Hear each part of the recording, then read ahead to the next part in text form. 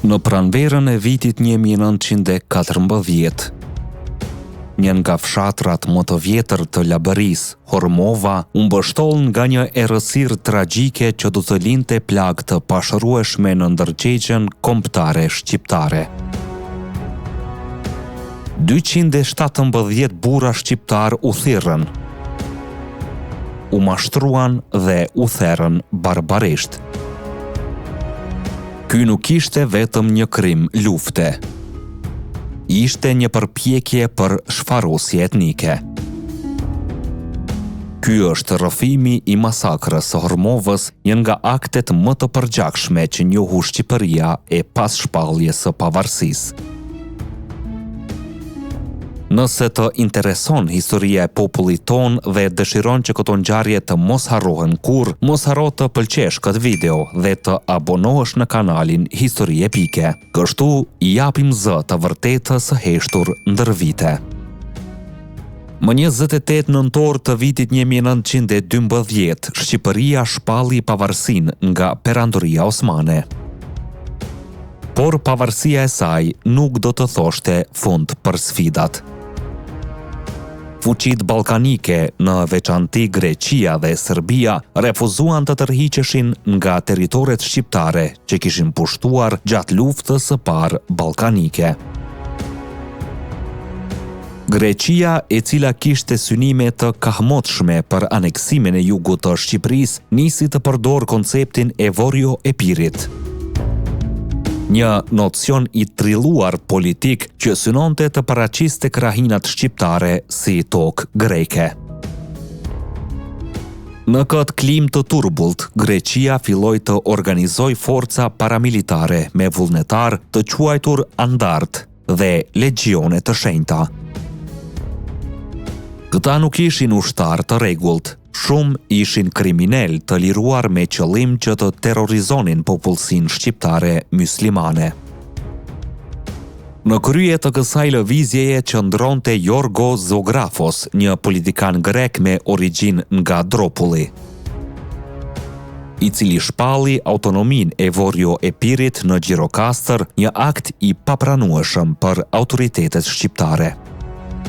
Fshati Hormov, i njohur për historinë e tij të lashtë dhe trimërinë e burrave të tij, nuk pranoi të nënshtronte flamurin shqiptar ndaj projektit grek. Kur forcat greke tentuan të hyjnë në Tepelen e Mëgjër, u përballën me qëndresë të fortë. Në prill të 1914-s, qetat e Labërisë nga Lekli, Labova, Bënxha dhe Hormova u bashkuan për të mbrojtur vendin. Ato komandoheshin nga trima të spikatur si Malo Veliu, Bilbil Zekua, Selam Musai dhe She Veipi. Ata i dha një goditje të rëndë andartëve në betejën e Leklit, ku mbi 200 grek mbetën të vrarë.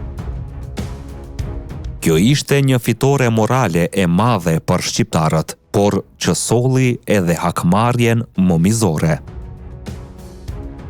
Pas humbjeve në terren, andartët vendosën të përdornin një strategji tjetër, dezinformimin. Ata shpërndan fjalë se hormovitët kishin vrarë priftin grek të krahinës, se ishin fanatik mysliman dhe se po përgatisnin një sulm ndaj pozicioneve greke në Gjirokastër. Një spiun me emrin Thanas Lugati u dërgua në fshat si zanatçi që riparonte tenxhere, por në të vërtetë po spiononte për çdo burr, armë, shtëpi e lëvizje. Sipas rrëfimeve, ai dorëzoi grekëve një listë me emra burrash të njohur, që më pas do të burgoseshin dhe masakroheshin. Një natë prilli të 1914-s, rreth orës 9 të mbrëmjes, fshati u rrethuan nga të gjitha anët. Më shumë se 1500 ushtar grek të pajisur me mitraloza, bajoneta, flamuj dhe kryqe të mëdhenj marshuan në rrugët e Hormovës me zhurmë të frikshme. Ata filluan bastisjet dhe arrestimet.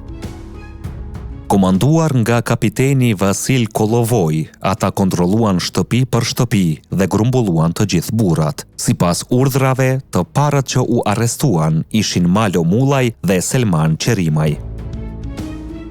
Burrat e fshatit u thirrën për një mbledhje duke u premtuar siguri. Në të vërtetë, ata u futën fillimisht në xhami që u kthye në burg për ta.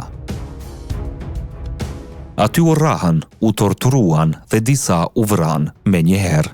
Të burgosurit qëndruan për 3 ditë pa ujë dhe pa ushqim. Sipas rrëfimeve të familjarëve, plakut Malo Mullaj i thyen dorën dhe e therrën me bajonet, ndërsa të tjerë u dogjën me hekur të nxehtë. Pas 3 ditësh një njësi tjetër andartësh mbërriti në fshat që komandohej nga kapiteni grek Capi, i njohur për mizoritë që kishte kryer edhe në Kolonjë e Përmet. Udhëzimi ishte i qartë: shfarosni burrat që nuk pranojnë Greqinë. Më 29 prill të vitit 1914, u mblodhën të gjithë burrat e rrethinës. Të burgosurit u nda në grupe dhe u dërguan në një kodër të fshatit të Hormovës, ku më herët mbahej kuvendi i pleqëve. Aty ishin vendosur mitralozët. Njën nga të mbjetuarit tregon se ushtarët i bënin burrat të uleshin në rreshta dhe pastaj me urdhër të komandantit i qëllonin njën nga një me thik në fyt apo bajonet në gjoks. Shumë ulan të vdisnin ngadalë nga plagët. Atje përballë 5.000 ushtarëve grek të armatosur deri në dhëmb. Burrat Hormovit u masakruan me bajoneta, thika dhe mitraloza. Në 3 net terrori, 217 burra u therrën në mënyrë barbare. Disa prej tyre tentuan rezistencën e fundit. Sako Shikua, Sute Zeneli dhe Arif Llaci u kapen me rojet, u përleshën dhe tentuan të shpëtonin, por u qelluan në vend. Ndër viktimat ishte edhe një djalosh 15 vjeçar që i lutej ushtarëve të mos e ndanin nga i ati. Të dy u vranë së bashku. Trupi i Beqir Begës u qellua 17 herë. Një plaku në mosh ju nxorën sytë. Në fund, Beg Tenës, burri trim që kishte luftuar deri në fund, i therrën djalin para syve dhe më pas e varën. Në këtë kasaphane mizore nuk kursehej askush. Për popullin Hormovës, ajo natë mbeti një plagë e hapur që nuk është shëruar kurrë.